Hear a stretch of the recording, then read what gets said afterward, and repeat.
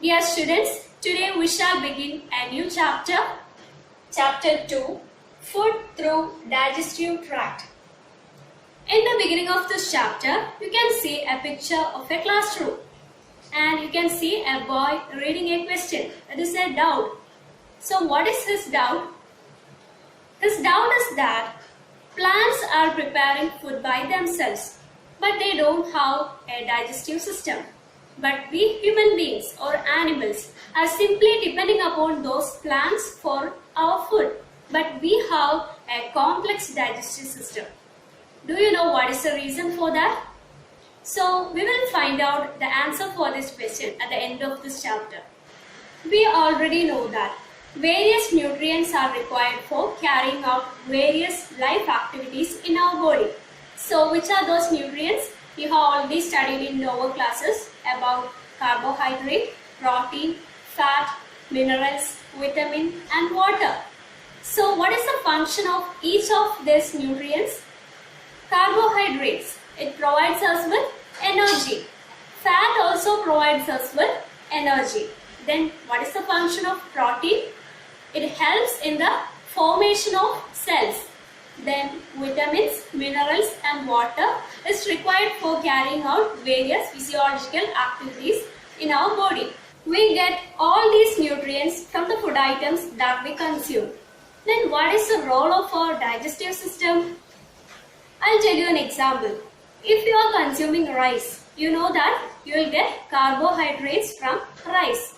But our body cannot use this carbohydrate directly for converting it into energy. It is because carbohydrate is in its complex form. It should be converted into a simpler form. Then only our body can absorb it and it can produce energy. So the role of our digestive system is to convert the complex food items into simpler forms. Now let us learn about the different parts of human digestive system. Now look at this diagram. Here you can see the different parts of human digestive system. So it starts from mouth. Here it starts from mouth. Then the second part is esophagus. It is a tube-like elongated structure.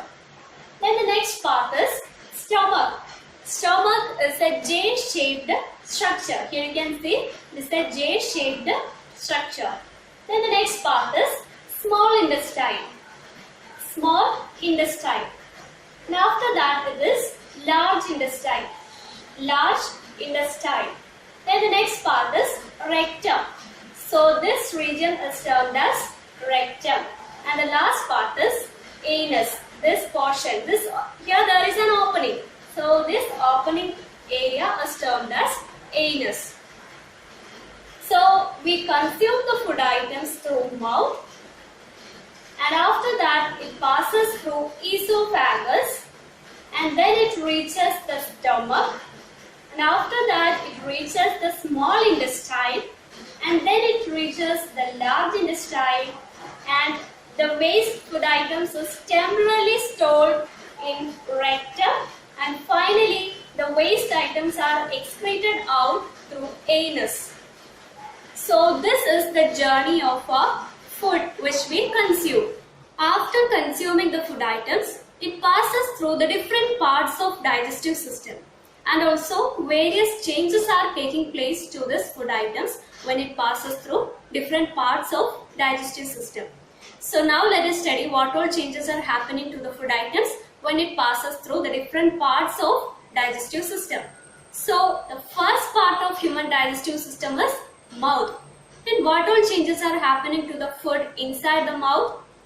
Yes, the first one is we masticate the food with the help of our teeth. Then the second one is saliva mixes with the food from mouth. So masticating of food is one of the major process that takes place in digestion. Now let us learn about the morphology and function of different types of teeth. So here you can see there are 4 types of teeth. The first one is incisors. In total there are 8 incisors, 4 above and 4 below. Incisors are seen at the front rows, 4 in upper part and 4 in lower part. Then, what is the function of incisors? Incisors helps to bite and cut the food items. Then the second one is canine. So this is the shape of canine.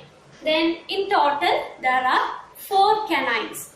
You can see it is near to incisors. 2 in upper part and 2 in lower part. Then what is the function of canine? It helps to tear off the food items. Then the next one is premolars. So this is the structure of premolar. So in total there are 8 premolars, 4 in upper part and 4 in lower part. Then the function of premolar is to chew and grind the food items. The next one is molar. So this is the structure of molar, and in total there are 12 molars. So in upper part there is 6 and in lower part it is 6. Then what is the function of this molar teeth?